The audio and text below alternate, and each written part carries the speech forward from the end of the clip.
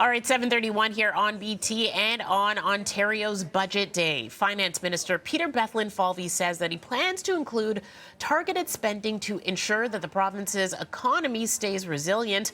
And joining me live now to break down what we can expect today and what we know and who will benefit is City News Queen's Park reporter Richard Southern. Good morning, Richard. How you doing? Morning, Tammie. I love Budget Day. It's exciting. You get sequestered away. We get pizza, the whole deal. It's exciting, Tammie. I didn't know you get pizza. Okay, that's great. A bonus on there. We pay for the pizza, not taxpayer-funded pizza. Okay. Just we checking. pay for the pizza in the media gallery, but it's an exciting day nonetheless. It's an exciting day, and we have some hints, but what you can tell us now is this budget is, quote, a serious budget, and what that means, though, is what we have to wait and see.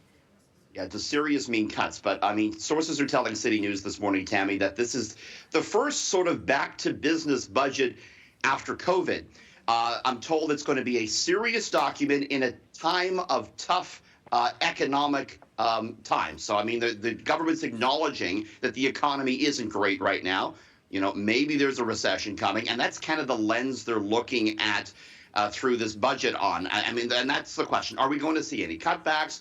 I think it's safe to say we're probably not going to see any huge expenditures. I'm told the budget is going to focus really on building infrastructure. It's going to focus on building out healthcare a bit more, and we've seen some indications on that through some of the pre-budget announcements in the last 2 days, Tammie. I was with Ford 2 days ago when he announced a budget measure, more money for skills trades to train people going into the skills trades. Yesterday, we were in Oakville with the Premier when he announced a tax break for Ontario-owned manufacturers, up to $2 million for them to buy new equipment. So there's going to be a lot of focus on infrastructure, a lot of focus on manufacturing. The big question I was asking yesterday, Tammie, was, is there going to be any money for struggling Ontarians who have felt the pinch of high inflation? The government really didn't answer that. They only pointed towards some of the past initiatives they've done, like getting rid of these license plate sticker and cutting the gas tax. Right, so that could indicate that those targeted individual benefits may not be coming to pass later on today. We'll have to wait and see. What we do know is one thing that came out late yesterday, the fact that the paid sick days program that we've had in place that was supposed to expire as of March 31st will indeed expire. Yeah, this gave 3 paid days off to Ontarians that didn't already get paid sick days, and it was to recover from COVID.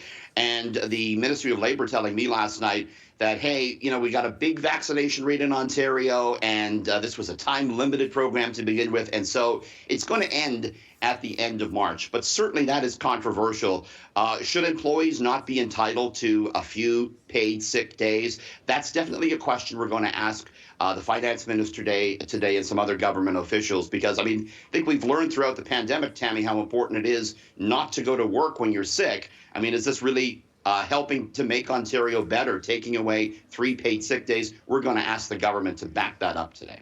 All right. And you mentioned expanding healthcare spending as well and investments in healthcare education, just a couple of the sectors that some audits pointed to being underfunded and that leading to a big surplus. So do you think that we're going to be seeing some more spending in those sectors in order to try to fight that criticism?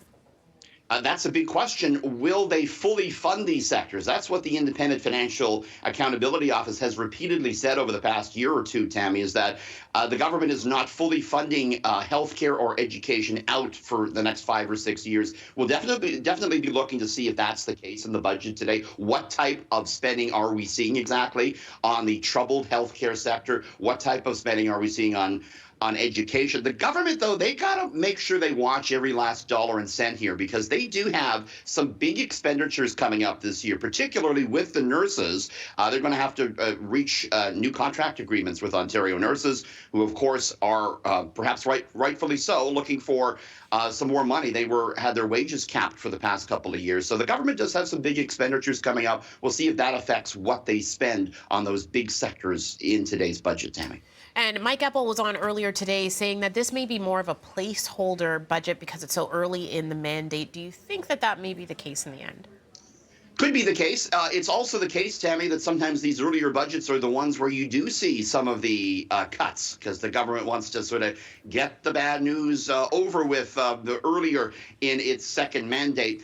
We did, though, ask the finance minister 2 days ago, like, are there going to be real cuts? And he denied that that's the case. I think his line was that you can't cut your way to prosperity. We'll see if that's the case or not, but it certainly wouldn't be unusual for a government to sort of hide some, shall we say, bad news in a budget early in their second mandate, Tammie. Speaking of Mike Epple, by the way, Mike and I are going to have full coverage. Can I do a shameless plug here? Yes, please do.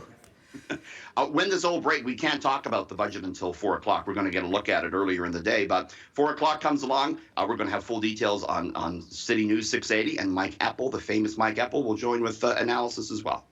Yeah, absolutely. And you can follow along as well on citynews.ca. Richard, thank you so much for joining us. Appreciate it. Good to see you, Tammie. Thanks. All right, 7:37 here on Breakfast Television.